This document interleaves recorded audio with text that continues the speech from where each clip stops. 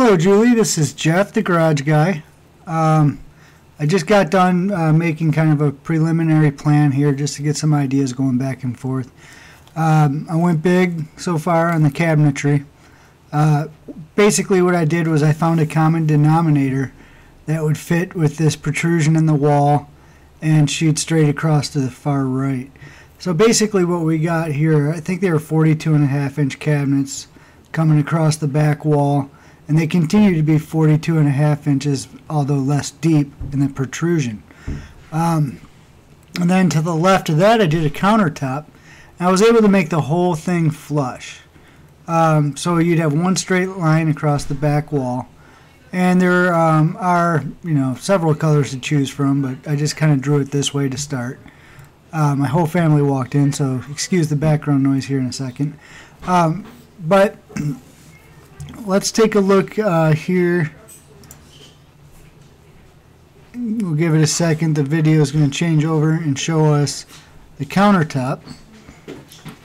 Basically, it's kind of interesting that in order for all this to kind of work and come together and be flush, this countertop ended up being somewhere around 32 inches deep, or 33 inches deep. These are 32-inch deep cabinets. It kind of leaves kind of a neat opportunity to either do nothing or do something neat with behind the sink, because there's a lot of room past where you normally might work, I guess, on a counter. Another thing I did that's kind of interesting is in order for these cabinets up on top to be reachable with these deep lower cabinets, I made them 20 inches deep, but I propose that we put a false back in them, so when you open them up, they're only like a 12-inch deep cabinet in the front, so because you don't really want a place that's 20 inches deep to put small items. But however you want to do it, it doesn't really matter. In this design also, what I've got here on the top, this top trim and the bottom trim, I have the top trim and bottom trim over the uppers as well. That's kind of a stainless color, stainless laminate, and then in this particular plan here so far I have also a stainless countertop, so it all ties in. Obviously we can do whatever you want there, but these are just some ideas I'm putting forth. Let's take a look at a different view here. I would like to mention also that these cabinets to the right side of the protrusion, they are 30 inches deep as well. So these are all 30-inch deep cabinets to the right of the protrusion. And then I think they're about 16 inches deep, 15 inches deep in front of the protrusion.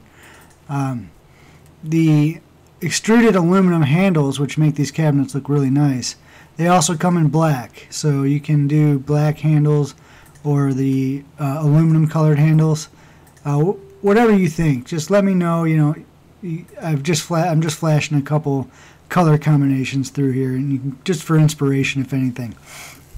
The gray color I have on the cabinets, I'm not suggesting we use a flat gray color. I've noticed that with these solid colored laminates or melamines, they're really fingerprinty. So I'd like to do kind of a texture, and I have one picked out that I'd like to show you in person, but it really doesn't do a very good job of portraying it on the software. So I just used gray to kind of show that that might be the tone we go with. So just let me know about what you think, what I have so far here. Any changes you want me to make. I don't expect this to necessarily be a final plan unless you really like it.